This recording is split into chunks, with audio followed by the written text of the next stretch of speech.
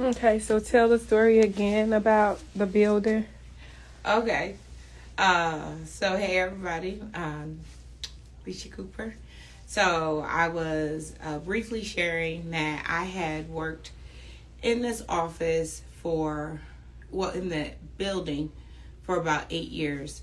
I was the in-house lender for a really big real estate brokerage, and I bled red. I bled and supported that company, supported that brand through different ups and downs, but I really saw myself as part of their nucleus, holding the office together. Not only was I a loan officer, I taught at the real estate school, I was a math instructor for them. And, I took calls on the weekends. I took calls at my kids' games. I was really committed to the success of the people that worked along with me, as well as committed to my own success. So it's not one-sided. And I definitely made that choice to be involved at that capacity, which set the standard of normal. And when I could not fulfill that, due to circumstances outside of my control, COVID hit. So I was homeschooling Madison, and I had, been out the office about a year. And I mean, just like any business owner, I totally respect that you have to do what's best for your business. But it allowed me to grow in that moment because I felt like I was so committed to them that they would never let me go.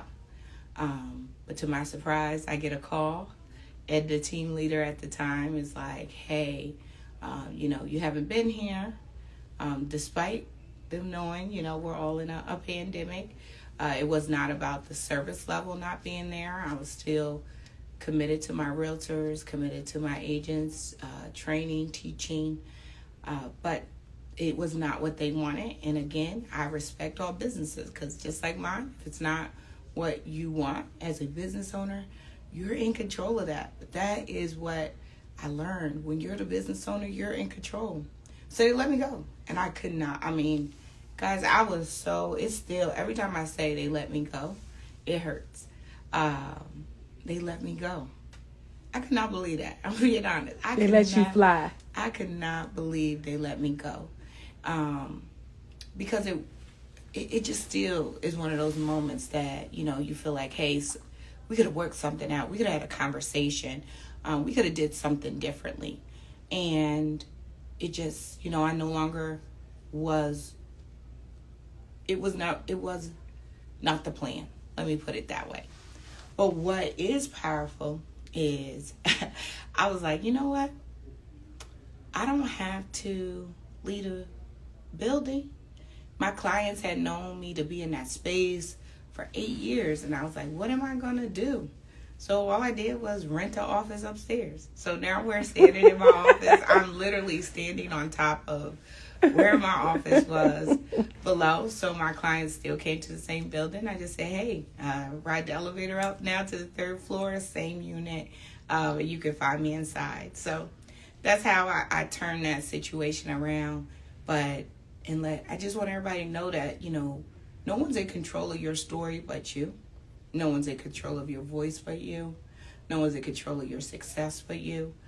And you have to choose who you want around you, what you want your story to look like, what you want your business to look like, what your success path is going to be. You don't know.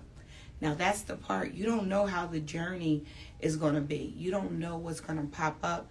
But all you can ask for is that you do your best. You have a moral compass pointing north and do the right thing, and the rest will find itself. And remember, you attract it. I was seeking something I didn't even know. I was seeking to have a level of freedom and independence that I now get. I'm not taking calls at my kids' games anymore. Yeah. So it was a win, now, and I'm happy it happened. So thanks for letting me go. Letting you fly. Let me fly.